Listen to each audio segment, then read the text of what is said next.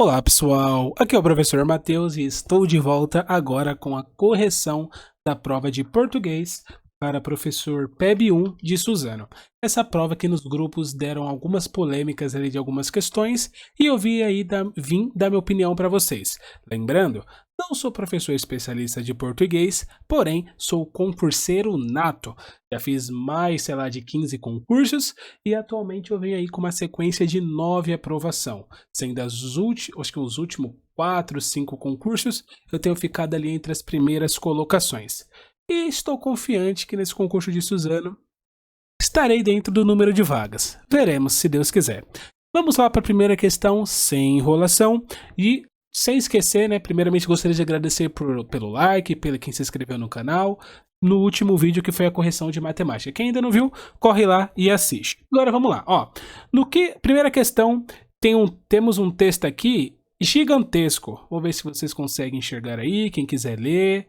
É um texto enorme. Eu não vou ler esse texto todo para vocês, mas eu vim com as partes mais importantes. A questão número 1, ela vem sobre o quê?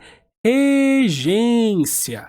No que concerne a regência verbal, assinale a alternativa que preenche a lacuna. Vamos lá. O trecho que está assim, né? Lá no texto. Entendemos que é o metabolismo do próprio músculo que, quando alterado, pode contribuir para uma série de alterações metabólicas que culminam... Aqui tá a palavra-chave. Ele quer saber a regência da palavra culmina. Então vamos testar. Temos aqui algumas opções. Aí vamos fazer um exemplo. Ó. Aquilo que culmina para algo? Na minha opinião, para algo não faz muito sentido. Aquilo que culmina em algo? Por exemplo, isso culmina em tal coisa. Isso culmina em fracasso? Talvez. Mas se a gente colocar aqui, ó, isso culmina para sucesso? Faz sentido para vocês? Isso culmina para sucesso? Não tem sentido a frase. Vamos testar o até. Isso culmina até sucesso? Isso culmina até sucesso? Faz que para mim também não tem sentido. Isso culmina de sucesso? Isso culmina de sucesso? Tem sentido também. Isso culmina contra sucesso? Não. Aí vocês podem perguntar, professor Matheus, de onde você tirou a palavra sucesso? Sendo que aqui no texto está escrito síndrome. Tudo bem, a gente pode testar com isso. Isso culmina para síndrome? Isso culmina até síndrome? Isso culmina de síndrome? Isso culmina contra síndrome? E se eu colocar assim, ó, isso culmina em sucesso? Dá para aceitar. E se eu trocar esse em por no? Isso culmina no sucesso. Fica uma frase compreensível? Por exemplo, isso culmina no sucesso da empresa. Perfeito, achamos. Mas, professor Matheus, o em pode ser substituído por no? Sim. A gente pode colocar tanto no quanto em. Um pode substituir o outro. Tanto que lá na notícia, tipo, esse trecho foi tirado de uma notícia, eu entrei no site que tá essa notícia e lá tá o texto com todas as regras ortográficas corretas. E lá no texto, sabe como que tá? São alterações metabólicas que culminam na síndrome metabólica. Então, se lá no texto tá o na, automaticamente na a gente pode trocar por em. Então, por exemplo, para uma série de alterações metabólicas que culminam em síndrome metabólica. Ou você pode colocar que culminam em sucesso, que culminam no sucesso. Se você não conseguir achar uma coerência na palavra que vem depois, você pode substituir por outra. Então, nesse caso, lembra que eu fiz o exemplo colocando a palavra sucesso? Então, por exemplo, isso culmina em sucesso. Isso culmina no sucesso. Eu tive uma maior facilidade porque eu fui testando opção por opção para ver qual que fica mais coerente. Então, por exemplo, culmina para síndrome, culmina para sucesso, não faz sentido. Então, espero que vocês tenham compreendido e que vocês, quando tiver uma questão de síndrome, tente fazer nesse método que eu falei. Vai testando opção por opção. Se vocês não acharem que a próxima frase não está tão fácil, você troca por outra frase e tenta deixar a frase coerente. A que ficar mais coerente, você vai nela. Como já disse, lá na notícia tá o quê? Na. Culminam na síndrome. Podemos substituir o na por em ou no, certo? Espero que vocês tenham entendido. Bora para a segunda questão. A segunda questão, ela é com base na interpretação do texto, o qual eu precisei ter uma leitura bem minuciosa para responder e chegar na resposta. Eu acredito que muitas pessoas também ficaram em dúvida nessa questão. Vamos lá. A alternativa 2, ela tem algumas afirmações, as quais a gente tem que falar se estão corretas ou erradas. Aqui eu já falei o porquê cada uma está correta e com base em trechos do texto. A primeira afirmação fala o seguinte: o acúmulo de gordura na região abdominal, associado à fraqueza muscular, aumenta o risco de desenvolvimento de síndrome metabólica. É muito importante a gente já saber logo de começo que assim, quando a pessoa tem gordura na região abdominal e quando está associado à fraqueza muscular, podemos chamar também de obesidade abdominal dinapênica.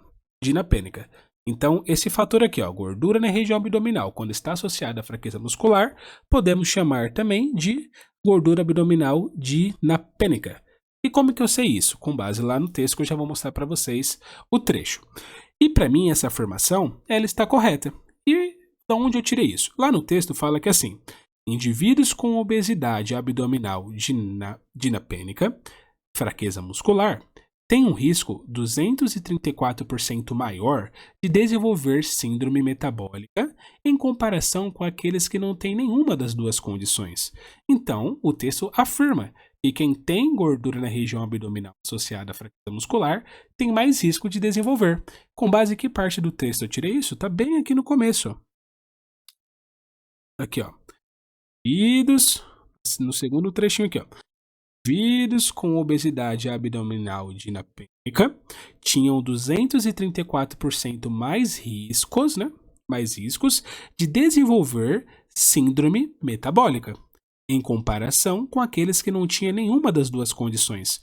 Então, de fato, aqui já afirma que quem tem essa condição, ele tem mais chance de desenvolver essa questão, da síndrome metabólica. E aqui, vamos lá então. A segunda afirmação fala o seguinte: indivíduos com obesidade abdominal não associada à fraqueza muscular não apresentam risco de ter síndrome metabólica. Será? Para mim está incorreto. Com base em que parte do texto? Lá no texto fala que assim, indivíduos que têm apenas obesidade abdominal têm um risco de 126% maior de desenvolver síndrome metabólica. Então, aqui na afirmação está falando assim, indivíduos com obesidade abdominal não associada à fraqueza muscular não apresentam. Então, essa afirmação ela está errada. Por que ela está errada? Aqui na parte do texto, eu vou mostrar para vocês. É lá no comecinho também, Tá bem aqui, Bem nessa parte, Vamos ler o contexto todo. Indivíduos com obesidade abdominal dinapênica tinham 234% mais riscos de desenvolver síndrome metabólica em comparação com aqueles que não tinham nenhuma das condições. Isso é quase o dobro de que encontramos para os que tinham apenas obesidade. Então aqui está falando que aqueles que têm só obesidade, ele tem 126% mais chances de desenvolver a síndrome metabólica comparada com as pessoas que não têm nenhuma das duas condições. Quais? Apenas obesidade ou a obesidade abdominal dinapênica. Então, ali não fala que quem é apenas obeso não vai desenvolver a síndrome metabólica. Negativo. Ele fala que a pessoa que é apenas obesa, ela tem 126% mais chances de desenvolver do que comparado com a pessoa que não tem obesidade. Então, a 2 para mim essa afirmação está incorreta. Já a 3 fala o seguinte, ó. Ocorre o aumento de doenças cardiovasculares e síndrome metabólicas somente, essa questão, essa aqui é que quebra, ó. Somente quando as condições de fraqueza muscular e de gordura abdominal estão combinadas. Então, só quando a pessoa tiver fraqueza muscular, aqui ó, só quando ela tiver fraqueza muscular e gordura abdominal, que aí ela vai ter o aumento de doenças cardiovasculares e síndrome metabólica. Aí, para mim, é uma afirmação o quê? Que está errada. Com base em que parte do texto? Vamos lá. O texto, estou lendo aqui para vocês, né? O texto indica que a fraqueza muscular, quanto à obesidade abdominal, isoladamente aumenta o risco de doenças cardiovasculares e síndrome metabólica. A combinação das duas condições aumenta ainda mais o risco, mas cada uma delas por si só também contribui para o aumento do risco. Portanto, essa afirmação está incorreta, né? E eu lembro que essa aqui eu concluí com que parte no texto? Aqui no final fala sobre isso aqui, ó. Estudo anterior, aqui essa vou até indicar para vocês. Estudo anterior do mesmo grupo mostrou que a obesidade abdominal e a fraqueza muscular, quando associadas, aumentam 85% o risco de morte por doenças cardiovasculares em pessoas com mais de 50 anos. Então, aqui quando elas estão associadas, ela de fato aumenta o risco. Ela aumenta 85%. Só que aqui embaixo fala o seguinte: nesse trabalho, a fraqueza muscular, por si só, ela já aumenta 62% o risco de morte por doença cardiovascular. Então, por exemplo, lá na afirmação está falando que tem que ser a fraqueza muscular e a gordura abdominal juntas para aumentar o risco de doenças cardiovasculares. E a gente acabou de ler que só a fraqueza muscular, se eu não me engano, né? Só a fraqueza muscular, ela já gera o aumento de risco de morte por doença cardiovascular. Então aqui a gente já mata, já tá errado. Porque aqui já fala que não precisa de fato ter os dois. Não precisa ter fraqueza muscular e gordura abdominal para você aumentar o risco de morte por doenças cardiovasculares. Por isso, para mim, né, com base na minha interpretação e nessas partes do texto que eu te mostrei para vocês, a terceira afirmação está incorreta, a segunda está incorreta e a primeira afirmação, apenas elas está correta nessa alternativa. Espero ter ajudado vocês, espero ter conseguido explicar também para vocês o porquê essas estão corretas e aquelas estão erradas. Vamos então para a próxima pergunta. Essa pergunta ela vai envolver o motivo da vírgula ser empregada. Então vamos lá. Na frase, os pontos, né? Paula Camila Ramírez, primeira autora do trabalho, ressalta que não é só a fraqueza que prova essas alterações. Por que essas vírgulas estão empregadas? Vamos lá. O vocativo. O vocativo, ele é usado para se referir a alguém ou para chamar a alguém. Então, por exemplo, se tivesse assim: Mateus, você pode me ajudar? Aí sim seria um vocativo, porque está chamando a atenção. Vamos ver se aqui está chamando a atenção de Paula. Paula Camila Ramírez, primeira autora do trabalho. Não está chamando a atenção dela, não está se referindo nada desse tipo. Então, não é um vocativo. Isolar adjunto adverbial antecipado. Vamos lá. A vírgula está bem aqui, ó. Ela está isolando essa seguinte frase: primeira autora do trabalho. Primeira autora do trabalho, ela não é um advérbio. Não entra como um advérbio de tempo, de lugar, nada desse tipo. Se não é um advérbio, é impossível estar isolando o adjunto adverbial. Se não é um advérbio, primeira autora do trabalho, então não tem como estar isolando o adjunto adverbial. Então também está errada. Terceira opção: isolar a oração subordinada adjetiva explicativa. Vamos ler de novo. Paula Camila Ramírez, primeira autora do trabalho. Será que essa frase, primeira autora do trabalho, está explicando algo? Sim, está explicando. O que ela está explicando? Que Paula Camila Ramírez é a primeira autora do trabalho. Então, vamos deixar essa opção. D, letra D, isolar o aposto explicativo. Quem não sabe o que é aposto, o aposto ele é utilizado para explicar algo. Por exemplo, Mateus, aí assim, aí eu poderia colocar professor de educação básica. Educação básica, Mateus, professor de educação básica, fecha vírgulas, atuou no Brasil. Atuou no Brasil, e etc. Atuou no Brasil. Aqui, ó, Mateus, professor de educação básica, essa frase está sendo utilizada para explicar quem é Mateus. Então, vamos deixar também, porque aqui, ó, se você parar para ler novamente, Paula Camila Ramires, primeira autora do trabalho. Quem foi a primeira autora do trabalho? Paula Camila. Portanto, está explicando. Então, vamos deixar também um aposto. Faz sentido. Agora a última opção, separar conjunção adversativa.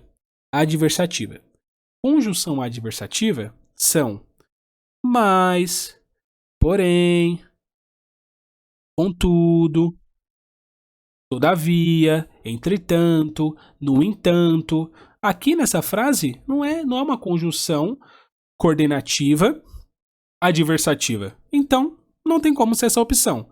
Então, estamos entre duas opções. Então, aqui, de fato, você tem que dominar para você não confundir nem a C nem a D. E como você vai saber o porquê a C ou o porquê a D? Vamos lá. Aqui, ó. Função do aposto. O trecho primeira autora do trabalho é um aposto explicativo, que serve para adicionar uma informação adicional sobre Paula Camila Ramires. Apostos explicativos são sempre isolados por vírgulas. Mas por que não é uma oração subordinada adjetiva explicativa? Aí aqui eu explico para vocês. Uma oração subordinada adjetiva explicativa geralmente começa com pronome relativo. Quais são os pronomes relativos? Que, onde, cujo, qual. E aqui eu coloquei alguns. Normalmente, a oração subordinada adjetiva explicativa começa com pronome relativo e fornece uma informação adicional sobre o substantivo. No caso dessa frase, não tem um pronome relativo introduzindo a informação adicional. Então, se aqui na frase que a gente leu, aqui ó, Paula Camila Ramires, se tivesse que é a primeira autora do trabalho, aí sim teríamos uma oração subordinada adjetiva explicativa. Então, quando vocês tiverem uma dúvida entre aposto e oração subordinada adjetiva explicativa, lembrem dessa dica. Normalmente, a oração subordinada adjetiva explicativa sempre vem com pronome relativo antes dela. Quais são os pronomes relativos? Lembra assim, ó, que, onde... Deixa eu até escrever errado aqui. Que, onde, cujo, qual. Que, onde, cujo, qual. Eu lembro isso até ter decorado. E o onde, você pode trocar ele por no qual, nas quais ou em que. Pronto. Aqui é uma dica. Então, quando você tiver dúvida entre aposto e oração subordinada adjetiva explicativa, lembra dessa dica. Vamos para a próxima pergunta. Espero que vocês tenham compreendido a minha explicação. Lembrando que não sou um professor especialista, mas estou tentando aí ajudar vocês. Então a resposta certa é um aposto explicativo. Vamos lá, continuando. A próxima questão, ela vai falar sobre crase. E crase é algo que você consegue decorar. Português tem muitas coisas que você consegue decorar e vem com algumas dicas, né, que já te ajudam a matar a questão. E eu preparei para vocês algumas dicas para você bater o olho e você saber se vai crase ou não vai crase. Lembrando que não é toda a regra da crase, mas algumas coisas que eu achei principal. Vamos lá. Por exemplo, a crase só ocorre antes de palavra o quê? Feminina. Por exemplo, vou a pé. Por que vou a pé não vai crase? Porque você fala, quando você vai falar, você fala o pé ou a pé. O pé é uma palavra masculina, porque antes dele vai o artigo o. Entendeu? Você não fala a pé. Você fala o pé do menino, você não fala a pé do menino. Então, se pé é uma palavra masculina, é impossível ir crase. Não pode de jeito nenhum. Então, tudo que for palavra masculina, você não pode colocar crase. Outra dica muito importante, crase não pode ir antes de verbo. Ai, professor, mas eu esqueci, não sei o que lá, o que é verbo. Tudo que terminar com R, você já não coloca crase. Você vê que a palavra termina com R, depois do A, né, depois da crase, se termina com R, não coloca crase, de jeito nenhum. Outra coisa, pronomes pessoais, de tratamento, indefinido, demonstrativos, praticamente todos os pronomes, quase todos, né, não se usa crase. Então, por exemplo, ela, ele, você, pronome demonstrativos, este, esta, aqueles, tudo não vai crase. Palavra no plural. Se a palavra após a crase tiver no plural, obrigatoriamente, se for para ter crase, o A também vai pro plural. Então não tem como você colocar crase no A, no singular, e a palavra que vem depois da crase estiver no plural. É impossível. Se aqui tivesse assim, ó, as pessoas, se referiu às pessoas, estaria certo. Porque quem se refere não se refere a alguém, se refere a alguém. Então exige o mais um A, que é a crase. E aí, como pessoas está no plural, o A também tem que estar no plural. Outra dica aqui, toda vez que depois da crase vier a palavra uma, não pode ir crase, é proibido. Se depois da crase tiver a palavra que e quem, você também não pode usar crase. Lembra disso, é impossível, não pode. E outra aqui, ó, cara a cara, palavras repetitivas, não pode também crase, ok? Então vamos lá para a questão que a gente já demorou muito. Vamos lá, a crase aqui, ela estava bem aqui, né? Na alternativa, estava com essa crase e perguntando se ela estava certa. Vamos ver as outras, estava uma aqui. Por que essas questões que eu peguei, essas alternativas, tá o A sem crase? Porque eu copiei direto da matéria lá no site oficial. Então, no site oficial onde foi publicada essa matéria, toda a ortografia, acentuação, pontuação, todas estão corretas, né? Então, elas vieram todas corretas. Deixa eu só ver aqui onde estão as outras crases, para mim não errar.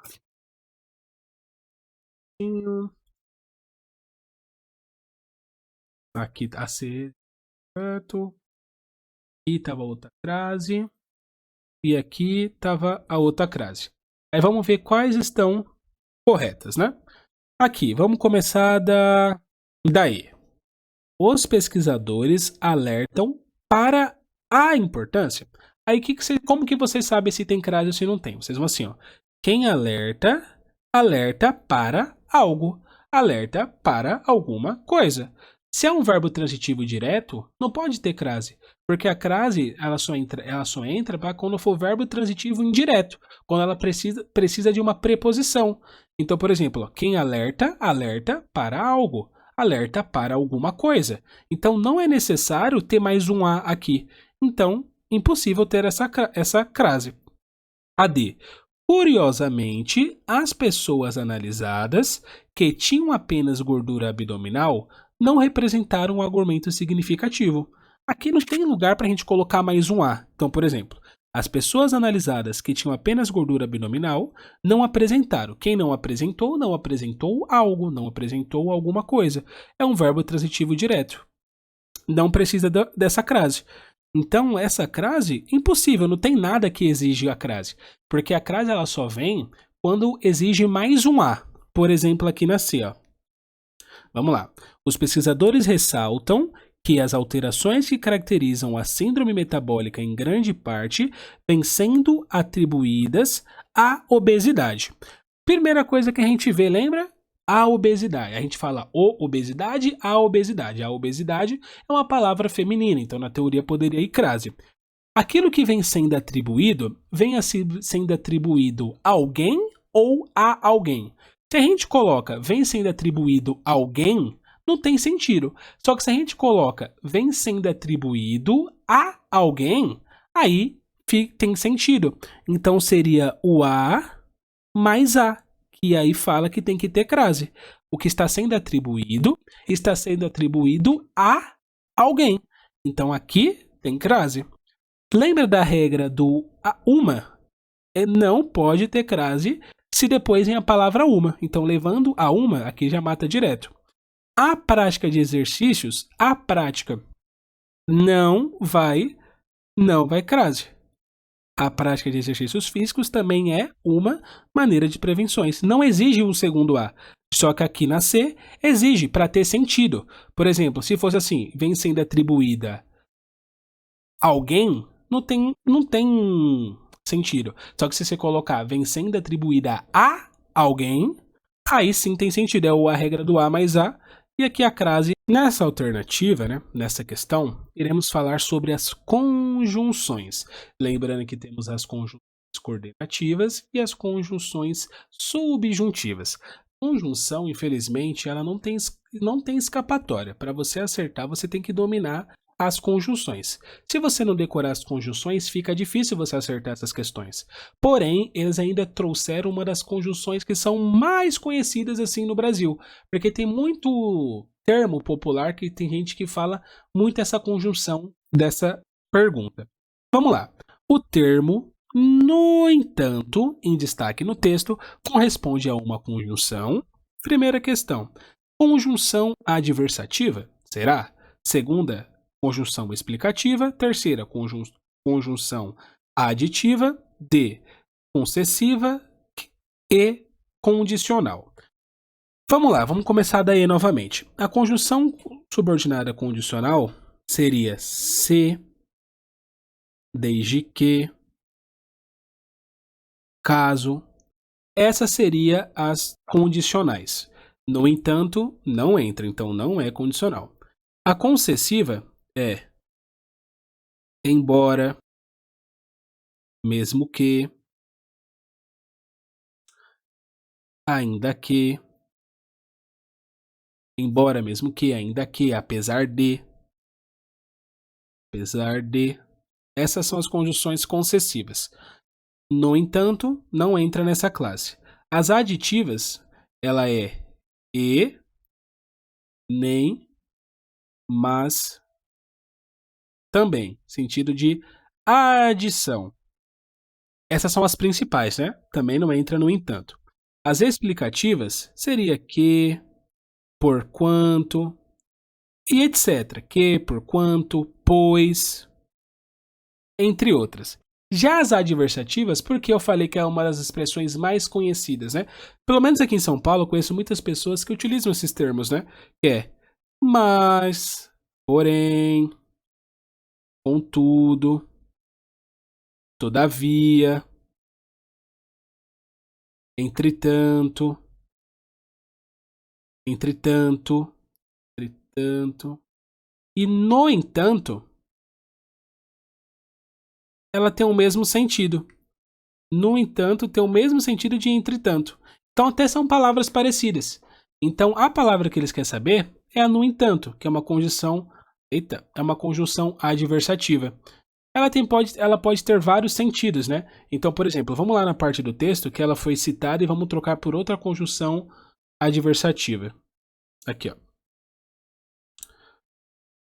Os pesquisadores ressaltam que as alterações que caracterizam a síndrome metabólica em grande parte vêm sendo atribuídas à obesidade. Vamos trocar por porém.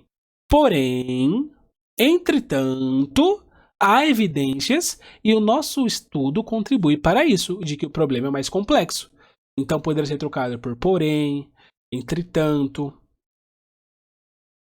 mas é nesse sentido, né? Então as conjunções e realmente você tem que.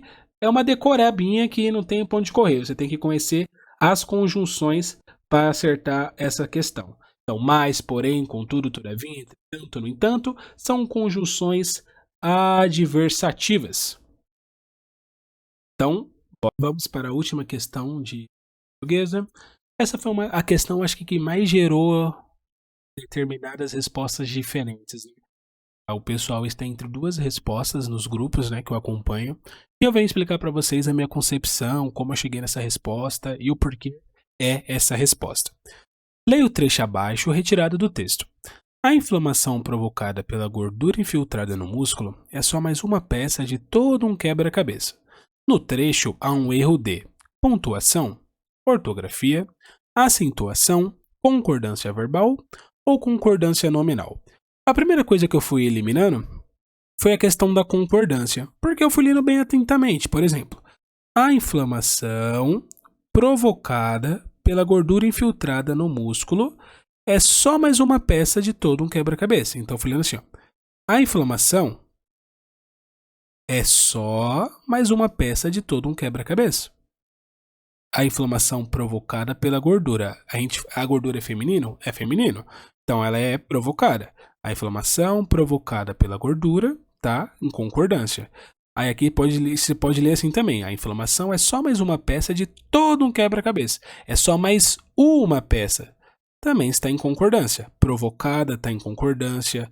Uma está em concordância. Então, questão de concordância não é. Concordância está 100% correta. Está no singular, não está aqui, não está tipo assim, são. Está totalmente correta a questão de concordância. Provocada, concorda com gordura. É só mais uma peça, né? A inflamação é coerente. Aqui, questão de concordância não tem nenhum erro. Li, reli, nenhum erro de concordância. Aqui temos 3 opções que sobraram: pontuação, ortografia e acentuação. E por que não seria acentuação? Porque as palavras que estão aqui acentuadas, elas estão acentuadas de forma correta. Por exemplo, músculo está acentuado corretamente. O E está acentuado corretamente. O Só está acentuado corretamente. Então temos 3 aqui, né? 3 acentuações e todas estão corretas. Então não teria como ser um problema de acentuação. Aqui, essas que estão acentuadas estão corretas e nenhuma das outras palavras aqui exigem acentuação que não foi colocada. Então, a acentuação podemos eliminar também. E aí, o grande embate estava entre essas duas últimas questões que sobraram: pontuação e ortografia. O porquê? Se você não conseguiu identificar o erro, eu entendo, porque na hora da prova, eu também confesso que eu acabei esquecendo. Mas aqui, o que estava faltando era o hífen, sabe na onde? Em quebra-cabeça. E o grande impasse é esse hífen. Por quê? Muitas pessoas acham que quando a pessoa esquece o hífen, é um erro de pontuação. Porém, com o novo acordo ortográfico, quando você esquece o hífen, você está esquecendo um sinal ortográfico, não um sinal de pontuação. E aqui eu tenho toda uma explicação para vocês. Então aqui, ó. A inflamação provocada pela gordura infiltrada no músculo é só mais uma peça de todo um quebra-cabeça. Aqui eu quis mostrar para vocês que lá no trecho retirado na íntegra, né, da própria reportagem, ela está colocado o hífen. Então podemos ver que o que estava faltando de fato era o hífen. E quando a gente esquece de colocar um hífen, é considerado um erro de ortografia. Por quê? A ortografia refere-se à forma correta de escrever as palavras, incluindo o uso de letras, acentos, sinais gráficos, como o item. O hífen é um sinal gráfico que faz parte da ortografia das palavras compostas, locuções e palavras com prefixos. Então, ó, já a pontuação, qual que é a diferença, né, de um sinal gráfico para a pontuação? A pontuação envolve o uso de sinais como ponto final, vírgula, ponto e vírgula, 2 pontos, interrogação, exclamação, entre outros, para estruturar a frase e indicar pausas e entonações. O hífen não é considerado um sinal de pontuação. E isso daqui O pessoal, tenho certeza que muitas pessoas ainda consideram o hífen como sinal de pontuação. E se você procurar na internet, vai ter muitos sites falando que o hífen é de fato uma pontuação. E como que eu cheguei de fato nessa resposta? Eu posso colocar o link para vocês, né? De acordo com o último acordo ortográfico que foi publicado, o hífen já é considerado um sinal gráfico. E se o hífen é considerado um sinal gráfico, portanto, o sinal gráfico é aquilo que faz parte para deixar a ortografia da palavra escrita de forma correta. Então, se o hífen é considerado um sinal gráfico de acordo com o último acordo ortográfico vigente, portanto, se você esquece de colocar o hífen, é considerado um erro de ortografia. Portanto, eu acredito que essa questão, talvez algumas pessoas até abram recursos, mandando alguns materiais falando que de fato o hífen é uma pontuação, porém, de acordo com o último acordo ortográfico publicado, o hífen já é considerado um sinal gráfico. E se ele é considerado um sinal gráfico, aí ele já faz parte da ortografia das palavras. Portanto, quando você esquece de colocar o hífen, ele é considerado um erro de ortografia. E é isso, pessoal. Espero que eu tenha conseguido ajudar vocês de alguma forma. Não sou um professor especialista. Venho mostrar para vocês as formas que eu cheguei nas respostas.